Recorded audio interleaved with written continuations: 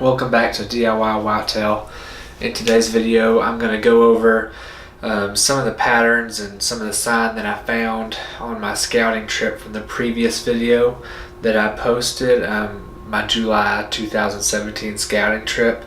I'm going to just kind of go over everything in this whiteboard, just a typical Kansas layout, what you're looking for, signs you can see, different places to set up, different times of the year. So that's what I'm going to do today. So stay tuned and we'll go over this whiteboard here and kind of figure out how to kill a big old Kansas buck. Stay tuned. Okay, so here's kind of a typical Kansas layout that you might find. As you can see, there's a lot of crops. We've got corns, beans here. Over here, CRP field. That's cropland restoration program. It's just going to be tall grass, usually pretty thick. Sometimes it's short and clean, but usually pretty thick. We have a creek that runs all the way through this, running east to west. That's pretty typical for Kansas. All this in these little short dashes is just going to be timber running along this creek. Here's a little bigger section of timber here, a little bigger section of timber here. These little two squigglies right here and right here are ditches running off of that creek. Over time water runs down in the creek and makes ditches. This here is a wetland restoration program.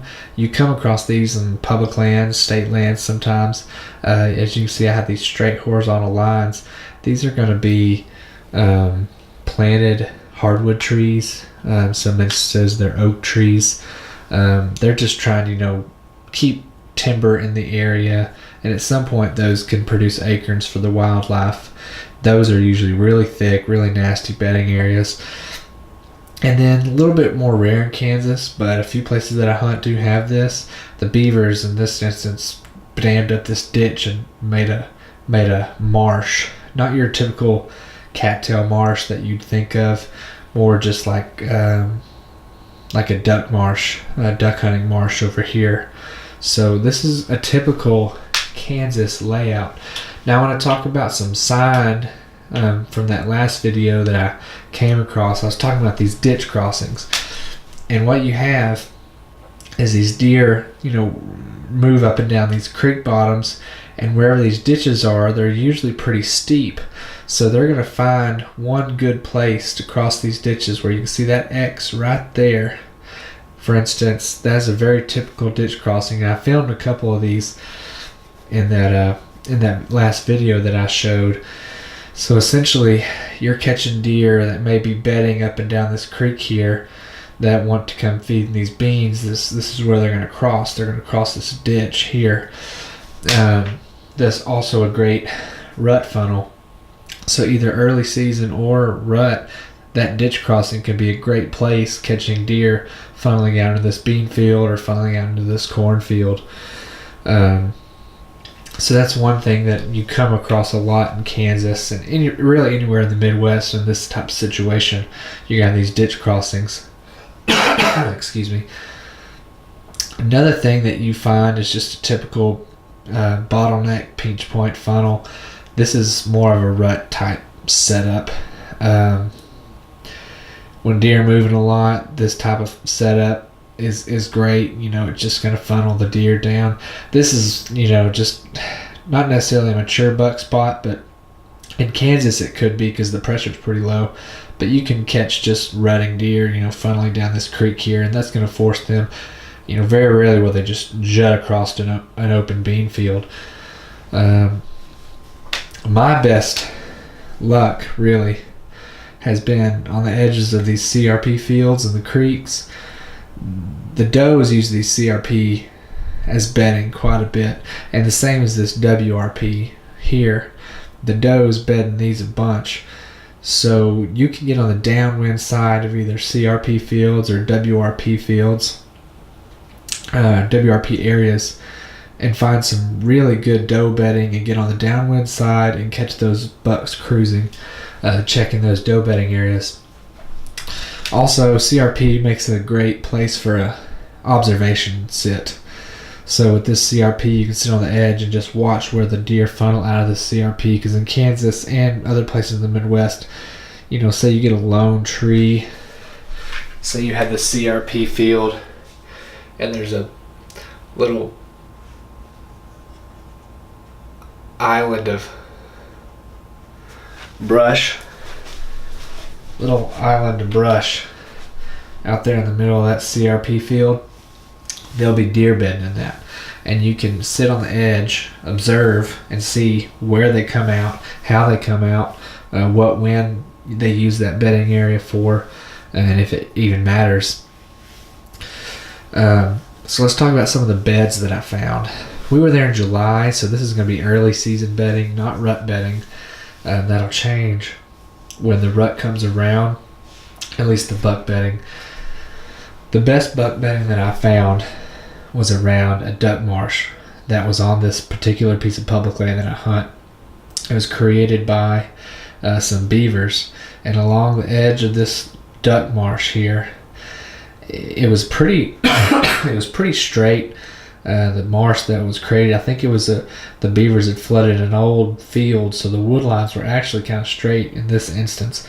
But these bucks had really good beds on the edge of this marsh. The best one I found in particular was on the very corner of the marsh, not very far away from a bean field.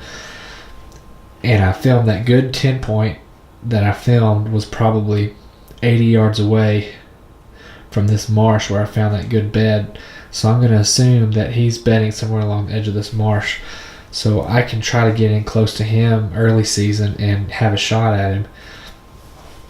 So that's something that you come across. And you know, like this WRP area, it's going to be loaded with does, and it's impossible to set up on because they're bedded right on the edge, specifically in the early season. I came across that a bunch on that trip. These deer were just bedded all along the edges of these bean fields. And the corn, they're in the corn. So when the corn cuts, that's going to kind of change the dynamics. But that's just some typical stuff that I found. These Kansas setups are fairly easy because there's not a ton of cover. In the rut, you're going to want to be, you know, like at a good ditch crossing, downwind on some good doe bedding area, or just a typical funnel here. You know, say that there's a buck that wants to get to this doe bedding. Well, he's more than likely going to come out of these woods, pinch down against this creek here, and then walk and check these bedding areas. Another thing that you need to pay attention to in these areas where you have these big creeks that run through the public lands or any land that you hunt on, anytime you have a bend like this, it's going to create some creek crossings. So particularly where the creek straightens out is where your crossings are going to be. This is going to be really steep, so your crossings are more likely going to be here, and you know, maybe here. So this potentially right here could be a dynamite spot, because maybe you'll have a creek crossing and this little pinch point here where you can catch them funneling in from both directions. These creek bends are great because they create funnels on the outside, and then on the insides where the crossings are, it kind of pinches them down because this is too steep for them to cross on this outside bend here, so they have to either cross on this side or this side. So that really helps too, and I found some great crossings in this particular instance, in a situation just like this. Creek crossings are a great place to hunt during the rut, or early season for that matter. Creek crossings are always good. So this is just kind of a typical Kansas setup, like I had said before. If you have any questions, be sure to comment. I'm going to do one more drawing of a situation that I found on this public hunting area, so stay tuned for that. Okay, so as I said before, here's another drawing of the area that I scouted. In that last video, I had a short clip of a buck bedded down across a waterway on a little island type situation. And then I was pointing. I said, here's where he's bedded, and here's some trees 100 yards away from where he's bedded that I could possibly get on him in early season. This is a really good early season situation. I have a feeling that this buck is going to bed here most of the season. So this is a situation where I have a few days to say I have 3 evenings to hunt. The first evening, I may sit back at this tree line where if he gets up early, he'll get to me. But if he doesn't, maybe I can lay eyes on him. This is very, hunting beast type tactic early season. In the rut, this technically or may not work. But maybe the first evening I sit here in a more observation sit. Say I see him get up 30 minutes before dark and he meanders, to about these trees by shooting light. Well, the next day I'm going to sneak in as close as I can get and try to get in one of these trees here, and hopefully he beds in the same place if I have the same winds in this condition. In this situation, I had a south wind blowing like this, and all this area in dots here is floodplain, and if when the water's really high, it looked like it would flood. So in the fall, this may be underwater and it's not going to work. But in September, when Kansas season opens, I'm pretty sure that won't be the case. And this river here isn't much of one. A deer could big jump, a little bit of a swim, and he's on to the other side. So he was definitely bedding there with a south wind, so he could smell everything coming from this direction, and the lake was protecting him on the other side. So that's another situation that I saw. So like I said, first night you can sit here, observe. If you see him back there and he doesn't make it all the way to you, the second night try to move in a little closer. That's a best way to kill a mature buck early season. Thanks for watching this video. Be sure if you have any questions, comment below, and don't forget to subscribe to DIY Whitetail and check out our website, DIYWhitetail.com.